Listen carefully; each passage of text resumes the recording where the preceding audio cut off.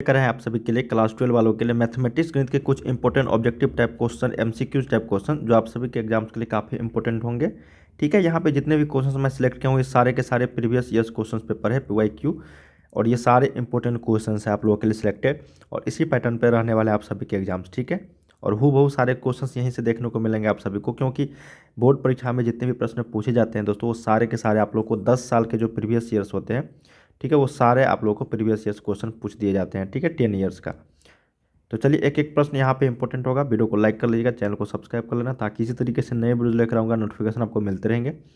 ठीक है, ये आप लोग का पैटर्न है दोस्तों। यहाँ पे मैथमेटिक्स गणित का 100 ऑब्जेक्टिव रहेंगे, जिसमें से सिर्फ और सिर्फ आपको 50 का जवाब देना होगा। ठीक है, 30 आपको लघु उत्तर रहेंगे, जिसमें से 15 का जवाब देना होगा। 8 आपका दीर्घ उत्तर लॉन्ग टाइप क्वेश्चन रहेंगे, जिसमें से 4 का जवाब देना होगा। ठीक है, मतलब दोगुने विकल्प के साथ क्वेश्चन रहेंगे, और टोटल मार्क्स जो आप सभी को पता ही होगा कि 100 मार्क्स को रहते हैं। ठीक है, तो चलिए हम लोग यहाँ पे शुरू करते हैं। वीडियो को लाइक सारे कर लेना। चलिए हमारे पास यहाँ पे पहला प्रश्न कहा गया है, सरल रेखा कोई दिया गया है। ठीक है, x-7/11 बराबर y-5/3 बराबर z-0 बराबर 2 के दिक अनुपात। देखिए डायरेक्शन रेशियोज आप लोगों से दो तरह से पूछा जाता है जब अभिलंब आपको दिया जाएगा। जैसे मैंने आप लोगों को इससे पहले वाले प्रश्न बताया था कि अगर आपको मान लो कि x + y, ठीक है, और -2z + 8 बराबर 0 कुछ दिया गया है आपको, कोई भी इक्वेशन दिया जा सकता है। ठीक है ना, पूछा जाएगा कि इसका दिक अनुपात क्या होगा। तो मैंने आपको बताया था x लिख लो, y लिख लो और z लिख लो। जो भी इसका कॉफिशिएंट है, जैसे यहाँ पे कुछ नहीं तो एक है ना, यहाँ पे कुछ नहीं तो एक है, यहाँ पे -2 है, तो इसका कॉफिशिएंट हो जाएगा 1, 1 और -2। ठीक है, यही इसका कॉफिशिएंट हो जाएगा, मतलब 1, 1, -2। ठीक है ना, अब ये आपको दिया गया है एक सरल रेखा का इक्वेशन दिया गया है यहाँ पे स्ट्रेट लाइन में। ठीक है, x-7/11 इस तरीके का अगर दिक अनुपात पूछा जाएगा तो आपको कुछ भी नहीं करनी है। इसमें करना क्या है दोस्तों, जो नीचे में है ना, जैसे यहाँ पे 11 है, 3 है और 2 है, यही इसका आंसर हो जाएगा, ऑप्शन नंबर सी। ठीक है, कहीं से भी किसी भी तरह का कोई दिक्कत नहीं होगी आपको। ठीक है, तो ये एक का सही उत्तर क्या हो गया, यहाँ पे सी इज द राइट। चलिए सेकेंड नंबर प्रश्न देखते हैं। अब जैसे यहाँ पे है, देखो ये सरल रेखा कोई दिया गया है, बोला गया है कि निम्नलिखित में से किस बिंदु से ये गुजरती है। देखिए जब ये किस बिंदु से गुजरती है, ये जब ये पूछा जाएगा, मैंने आपको क्या बताया, जब आपको दिक अनुपात पूछा जाएगा ना, तो आपको नीचे वाले टर्म को लिखना है।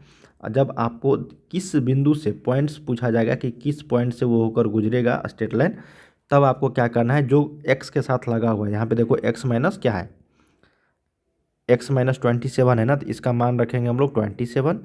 ठीक है, और y का मान यहाँ पे क्या है -25, तो यहाँ पे प्लस हो जाएगा 25, और z है क्या -70, तो ये हो जाएगा +70। ठीक है ना, तो यहाँ पे ये हो जाएगा 27, 25 और यहाँ पे 70। यही इसका क्या हो गया, राइट आंसर हो गया, जो ऑप्शन नंबर आपका सी में है। तो 2 का यहाँ पे सही उत्तर क्या हो गया, सी। ये वेक्टर एंड 3D आपको क्वेश्चन है 3D का, तो ये सारे क्वेश्चन आपसे पूछा जा सकता है। ठीक है ना, इसको ध्यान रखने की जरूरत है आप लोगों को।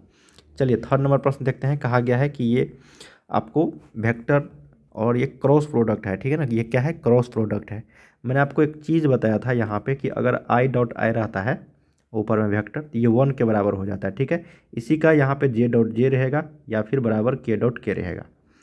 ठीक है, अगर यहाँ पे क्रॉस में पूछ दिया जाए i×i, तब ये होता है 0। जैसे यहाँ पे j×0 j×j हो जाएगा बराबर यहाँ पे k×k हो जाएगा, तो इसका मान सभी का 0 हो जाता है।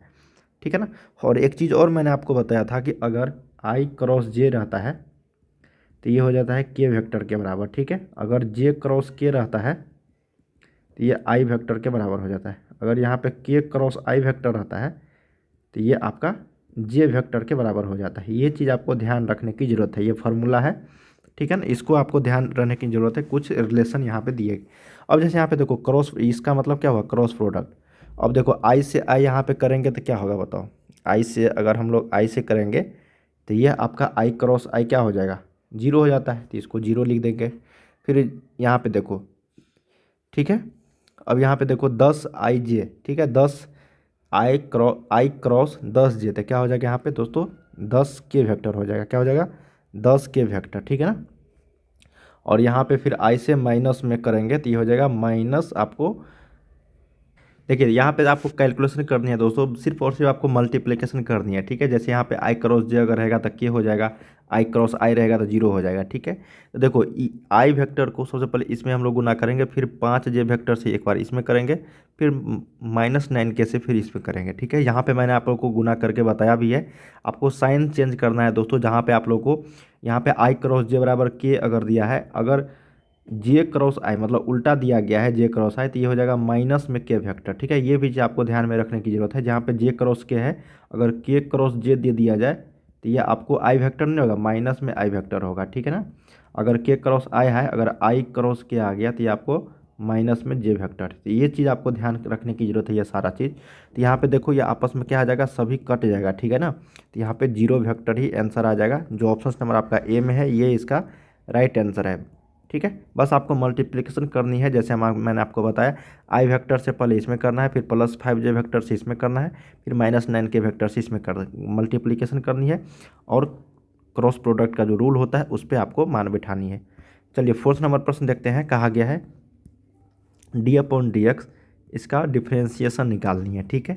तो यहाँ पे देखो क्या कहा गया है दोस्तों, 7, पहले हम लोग इसको बाई पार्ट्स कर लेते हैं। देखो d/dx, उसके बाद 7x⁶, ठीक है, फिर प्लस d/dx e⁻3x।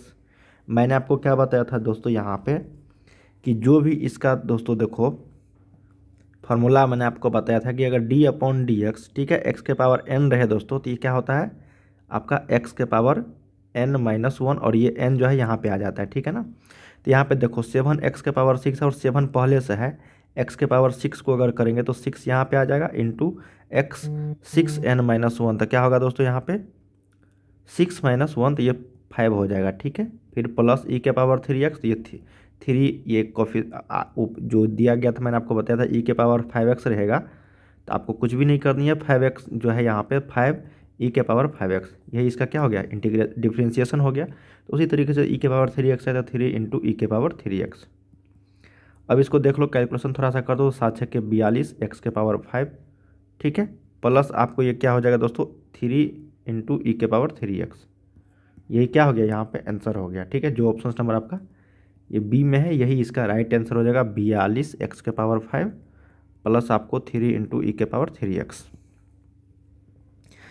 चलिए 5th नंबर प्रश्न देखते हैं।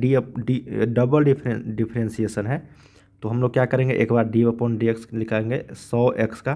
तो जानते होंगे दोस्तों 100x का डिफ्रेंसिएशन हो जाएगा सिर्फ और सिर्फ 100, क्योंकि x का होता है 1, ठीक है, और 1 का क्या हो जाता है 0 हो जाता है, ठीक है ना। तो यहाँ पे d² करेंगे एक बार dx², तो ये हो जाएगा 100 का, तो ये हो जाएगा दोस्तों आपको 0, क्या हो जाएगा 0। तो इसका आंसर क्या हो गया, डी करेक्ट हो जाएगा। अब मान लो कि d/dx, ठीक है, x इसका होता है 1, अगर x के जगह पे कुछ भी न्यूमेरिकल वैल्यू है, कुछ भी मान हो दोस्तों न्यूमेरिकल में, ठीक है, संख्यात्मक रूप में, चाहे √2 हो, कुछ भी हो संख्यात्मक में, तो ये 0 इसका डिफ्रेंसिएशन हो जाता है।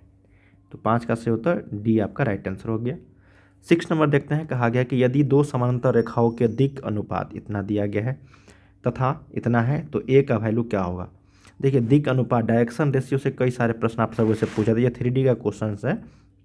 जब दो समांतर रेखा कोई है, ठीक है ना, जैसे यहाँ पे ए है, 4 है और 8 है, ठीक है, दूसरा है 15, 12 और 24। देखिए एक ही रेशियो में दिया रहेगा कोई भी चीज़, ठीक है ना, एक ही रेशियो में। अब देखो यहाँ से मल्टीप्लाई करेंगे इसको, तो 8×3 = 24 हो जाएगा, 4×3 = 12 हो जाएगा। तो इसमें कितना से मल्टीप्लाई करेंगे ताकि ये मतलब क्या रखेंगे ए का वैल्यू, ताकि 3 से मल्टीप्लाई करेंगे तो ये 15 हो जाएगा। तो एक जगह पर हम लोग क्या बोलेंगे कि सर 5 रखेंगे, तो 5×3 = 15 हो जाएगा। तो इसका आंसर 5 हो जाएगा, क्या हो जाएगा 5 हो जाएगा। तो 6 का सही उत्तर क्या हो गया आपका बी। बहुत ही इंपॉर्टेंट प्रश्न था, और इस तरह के प्रश्न आप सभी के एग्जाम्स में पूछे जाते रहे। चलिए अगला प्रश्न देखते हैं भाई, 7 नंबर की यदि दो समांतर रेखाओं के दिक् अनुपात इतना तथा इतना है, तो B3/B1, ठीक है। देखो B3/B1, जब भी दो समांतर रेखाओं के दिक् अनुपात दिया जाएगा ना आप लोगों को, तो आपको क्या करना है, जिस भी रेशियो में आपको मान पूछा जाएगा, जैसे यहाँ पे B3/B1 है, उसी रेशियो में हमको क्या करना है, A3/A1 रखना है बराबर C3, उसके बाद क्या करेंगे हम लोग C3 नहीं ना है, तो ये हो जाएगा आपका दोस्तों, हाँ, अगर C3 C अगर रहेगा दोस्तों, तो ये C3/C1 हो जाएगा, ठीक है ना। तो अब देखो इस फॉर्मेट में B3 है तो A3 बटा में A1 ही रखेंगे, क्योंकि नीचे में A1 है, ऊपर में B3 है, नीचे में B1 है। तो ऊपर में A3 को रखेंगे और नीचे में A1, मतलब एक ही रेशियो में रखेंगे हम इसका मान। तो सेट का सही उत्तर क्या हो गया यहाँ पे? C is the right answer हो जाएगा। ठीक है, चलिए अगला प्रश्न देखते हैं 8 नंबर। इसका मॉड निकालना है। मॉड निकालना मैंने आपको बताया है कि कैसे निकालेंगे भाई। तो कुछ नहीं करनी है, बस आपको रूट अंडर में जो भी कोफिशिएंट है 5 का स्क्वायर, फिर प्लस माइनस 1 का स्क्वायर कुछ नहीं है तो, फिर प्लस 1 का स्क्वायर कुछ नहीं है तो यहाँ पे 1 है ना, तो ये हो जाएगा आपका रूट अंडर में 25 प्लस माइनस 1 का स्क्वायर 1 ही होगा और 1 का स्क्वायर 1 ही होगा, तो रूट अंडर में 27 हो जाएगा। और ये आपका हो जाएगा दोस्तों इसका वैल्यू 3√3। ठीक है, ऑप्शन नंबर आपका b is the right answer हो जाएगा, 8 का बी। चलिए 9 नंबर प्रश्न देखते हैं। कहा गया है कि इस मैट्रिक्स का यहाँ पे मल्टीप्लिकेशन करनी है 5a माइनस 8 2b माइनस 1 बराबर a बटा बी। तो ए बी का वैल्यू यहाँ पे क्या निकलेगा? कुछ भी नहीं करनी है दोस्तों, इसको इसके अकॉर्डिंग कर लो, इसको इसके अकॉर्डिंग कर लो। तो 5a माइनस 8 बराबर क्या हो गया यहाँ पे a। ठीक है, इस a को इधर लेकर आ जाओ तो ये 5a माइनस a बराबर 8 इधर चल जाएगा, इस 8 को इधर लेकर आ जाएंगे तो ये 4a बराबर 8, तो a का मान यहाँ पे 2 निकल गया। ठीक है, तो देख लेते हैं एक के जगह पे 2 यहीं पे है तो यही आंसर हो जाएगा। हालांकि हमको 1 भी पुट मान निकालना है, तो देख लेते हैं वो 1 आता है कि नहीं। तो 2b माइनस 1 बराबर b, इस साइड इसको लेकर जाएंगे तो 2b माइनस b बराबर 1, तो b बराबर 1 ये आ गया। इसका मतलब a कोमा b का वैल्यू 2,1 आ गया। ठीक है, ऑप्शन नंबर बी यहाँ पे 9 का। चलिए 10 नंबर प्रश्न देखते हैं। कहा गया है इस डिटर्मिनेंट का हमको मान निकालनी है। तो बहुत ही इंपॉर्टेंट प्रश्न है ये, और 1 नंबर वाले प्रश्न पूछे जाते हैं। तो हमको पता होगा कि प्लस होता है माइनस फिर प्लस होता है। तो प्लस हम लोग क्या करेंगे 14 लेंगे, फिर इसको ढकेंगे दोनों टर्म को, इसको और इसको ढक देंगे। क्या करेंगे, इसको और इसको ढक देंगे। ठीक है, तो ये आपका हो जाएगा कितना 8 9 24 और 26। ठीक है, 8 9 24 और 26। फिर यहाँ पे -3 लेंगे। अब देखो ढकेंगे किसको किसको, बीच वाले को और इसको। ठीक है, तो ये बचेगा ऊपर में 16 17 और नीचे में बचेगा 24 और 26। फिर नीचे वाले को +17 लेंगे, फिर इसको ढकेंगे तो ये बचेगा 16 17 और ये बचेगा 8 और 9। ठीक है, इसको कैलकुलेशन करोगे दोस्तों, थोड़ा सा कैलकुलेशन करनी पड़ेगी इसको, इसका वैल्यू 0 आ जाएगा। क्या हो जाएगा, 0 हो जाएगा। ठीक है, इसको आप लोग कैलकुलेशन थोड़ा सा कर लेना, कैलकुलेशन आपको पता होगा। कैलकुलेशन क्या होता है दोस्तों, इसको हम लोग क्या करेंगे ना, पहले इसको इस सेट से करेंगे, फिर इसको इसके साथ करेंगे और बीच में माइनस का साइन देंगे। जैसे यहाँ पे एक चीज़ बता देता हूँ, 14 है, फिर यहाँ पे 8 गुने 26 माइनस 24 गुने 9। ठीक है, इस फॉर्मेट में आपको कैलकुलेशन करनी है। फिर -3 16 गुने 26 माइनस 17 गुने 24। ठीक है, इसका वैल्यू 0 आ जाएगा। चलिए हम लोग दोस्तों यहाँ पे 1 से लेके 10 तक क्वेश्चंस किए हैं, जो आप सभी के एग्जाम्स के लिए काफ़ी इंपॉर्टेंट थे। तो चलिए हम लोग मिलते हैं दोस्तों अगले वीडियोज में, तब तक के लिए आप लोग तैयारी करते रहिए। और इसी तरीके से हर एक क्वेश्चंस का मैं आपको बताऊंगा, सब्जेक्टिव ऑब्जेक्टिव हर सब्जेक्ट का। तो वीडियो पर बने रहना, सारे चैनल को सब्सक्राइब कर लेना। चलिए मिलते हैं। वीडियो के डिस्क्रिप्शन आपको वेबसाइट का लिंक दिया गया है starkstudypoint.com, वहाँ पे आप लोग को हर सब्जेक्ट का चैप्टर वाइज क्वेश्चन अपलोड कर दिया गया है, वहाँ से भी आप लोग तैयारी कर सकते हो। ठीक है, कहीं से भी कोई दिक्कत नहीं होगी आपको। बाय बाय सभी को।